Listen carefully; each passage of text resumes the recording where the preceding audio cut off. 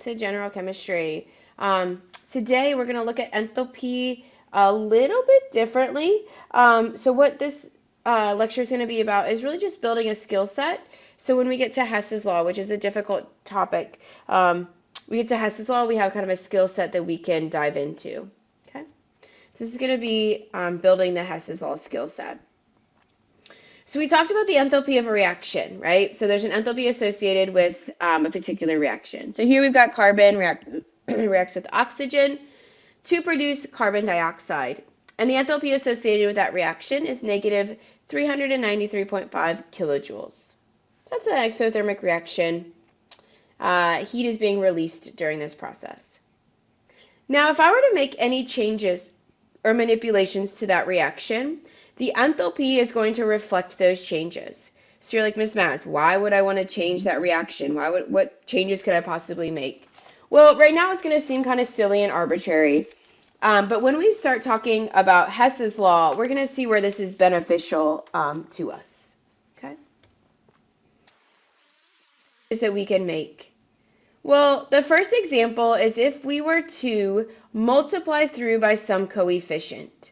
So looking at my first chemical reaction, I have 1 mole of carbon, 1 mole of oxygen, 1 mole of carbon dioxide, and that's going to give me negative 393 kilojoules of energy. Let's say I multiply through by a coefficient of 2. So now I have 2, 2, and 2 of each of my molecules. How is that going to change the amount of enthalpy that's being released?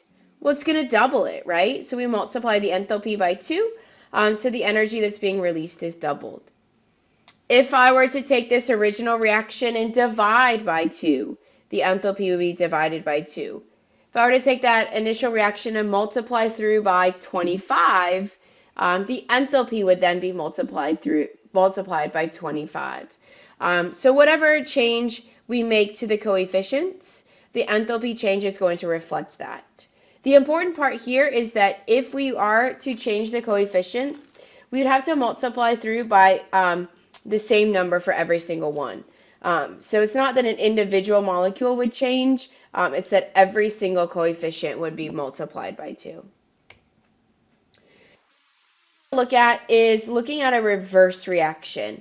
So here the forward reaction is carbon reacts with oxygen to produce carbon dioxide. Now I want to know what would happen if I were to flip that reaction over. So now instead of carbon dioxide being the product, now carbon dioxide is going to be my reactant. So I'm going to have carbon dioxide, and it's going to break down to produce carbon and oxygen. Okay. So with this reaction being flipped or reversed, what's going to happen to the enthalpy?